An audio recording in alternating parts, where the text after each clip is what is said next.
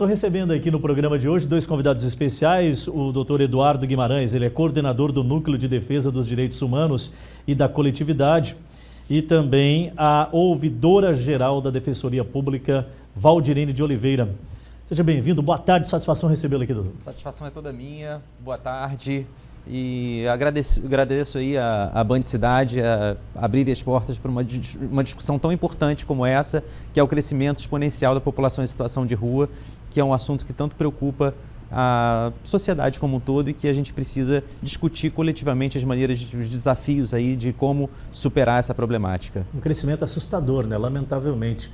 Esse período de pandemia, ele colaborou de alguma forma para o aumento do plim-plim lá do toque do telefone? Seja bem-vindo ao programa, a satisfação recebê-la. Você que inclusive está diretamente relacionado a esse atendimento na linha de fronte, na ouvidoria, né? Boa tarde, Adilson. Também é uma alegria poder estar aqui no Band Cidade, colaborando com um debate tão importante trazido pela Defensoria Pública.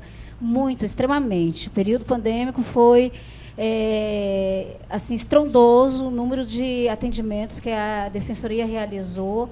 E a gente viu que a vulnerabilidade social ela ficou muito mais acentuada com a pandemia.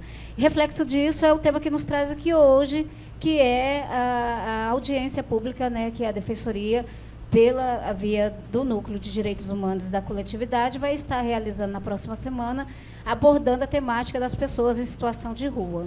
Perfeito.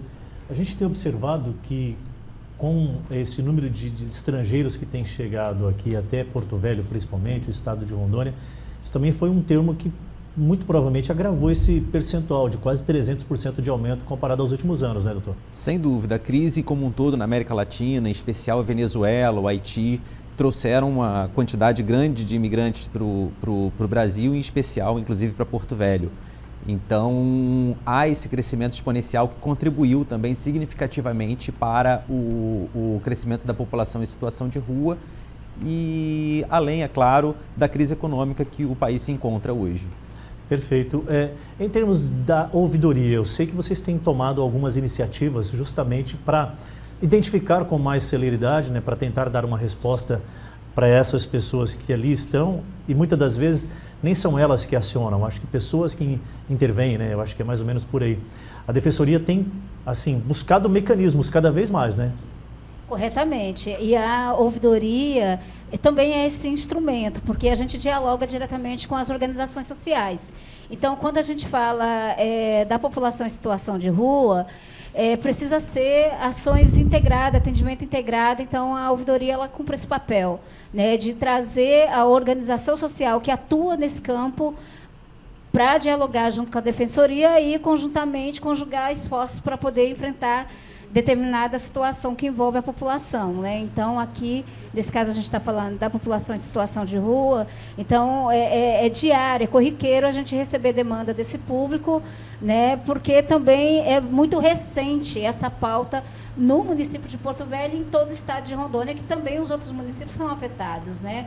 Mas a gente busca resolver, busca uma solução na parceria, tanto da institucionalidade, né, com os agentes públicos, mas também trazendo o movimento social para dialogar conosco. Que tipo de políticas públicas a gente pode estar falando de serem implementadas? Essa audiência que está sendo proposta agora para o dia 14, que tipo de instituição vai participar? Quem vocês estão chamando para esse debate acalorado, até para que a gente tenha respostas o quanto antes? Então, na verdade, esse debate está sendo com várias instituições, órgãos, sociedade civil organizada e as próprias pessoas em situação de rua estão sendo convocadas para esse debate. Nós estamos chamando o Tribunal de Justiça, o Ministério Público do Trabalho, o Ministério Público, a OAB, além disso, a CEMASF, que é uma instituição a quem incumbe no âmbito municipal a implementação de políticas públicas de atendimento à população em situação de rua, a CEAS, e vários órgãos aqui que estão sendo convocados, além da sociedade civil organizada, do terceiro setor, que contribui no atendimento a pessoas em situação de rua. Instituições como a ADRA, que é ligada à Igreja Adventista, a Caritas, ligada à Igreja Católica, que tem um trabalho bonito, né, de atendimento a pessoas em situação de rua, que também estão sendo convocados para esse diálogo. E, sobretudo, né, é importante nós termos claro que a pessoa em situação de rua ela não é objeto de proteção, ela é um sujeito de direito. Nesse sentido, é importante que eles tenham protagonismo nesse debate também, é importante que a gente ouça as pessoas em situação de rua. Nesse sentido, a Defensoria Pública está convocando essas pessoas em situação de rua, trazendo para esse debate, essa discussão, para que todos esses órgãos e instituições ouçam o que é as reivindicações dessas pessoas em situação de rua e também aquelas pessoas que estão abrigadas no Frei Damião. Essa audiência vai ser realizada onde? Vai ser realizada no dia 14 de julho, a partir das 14h30, no auditório do Ministério Público do Trabalho. Auditório do Ministério Público do Trabalho, dia 14, a partir das 2h30 da tarde. Tem até aí o convite, né, no ar, chapado a tela, audiência pública, políticas públicas relacionadas à população em situação de rua, aqui em Porto Velho, no auditório do Ministério Público, que fica na Presidente Dutra, altura do número 4055, no bairro Olaria. Drogas é um problema que está muito relacionado diretamente a essa questão dos moradores de rua, né? Ô Valdirene, vocês que estão ali capitaneando a linha de frente, ouvindo essas pessoas, a droga tem levado as pessoas a morar na rua?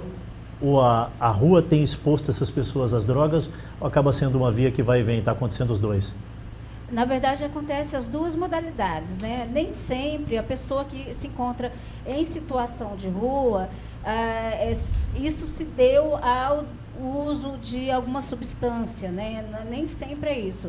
Acho que a crise social e econômica, ela afeta muito mais diretamente essa situação do que necessariamente a droga. A droga talvez seja uma consequência. Eu estou desempregado, né, não tenho onde morar e logo eu fico num estado de depressão, eu me envolvo... Né, a exposição é total e a vulnerabilidade te deixa... Justamente. Eu acho que a crise econômica e social, ela realmente acentua que as pessoas se encontrem em situação, né, de rua. Por exemplo, aqui a gente identifica muito que a falta do acesso ao direito humano da moradia tem levado as pessoas, e ao emprego, tem levado as pessoas a viver nessa situação de vulnerabilidade social em situação de rua, né? Então, aqui é quase que a maior parte das pessoas que estão nessa condição é relacionada à falta de emprego, ou viver no subemprego, a questão da própria moradia, não consegue mais pagar aluguel. Então, existem os casos que existe uma dependência química oriunda de uma desestruturação familiar. Sim, existe, mas a maioria dos casos estão relacionados também aos direitos sociais que não estão sendo assegurados plenamente para a população. São diversos fatores, né? A situação é bem complexa. Doutor, é comum encontrar pessoas que estão nessa situação, nesta condição, que não querem assistência, porque esse é um debate que precisa ser muito aprofundado e, pelo menos, eu encontro pessoas que têm essa argumentação: olha, eu não quero. É difícil, é estudado uma forma também de criar meios para ajudar essas pessoas que também não querem ser ajudadas? Na verdade, a gente temos que fazer o questionamento de como é que está sendo feita essa oferta de ajuda, né?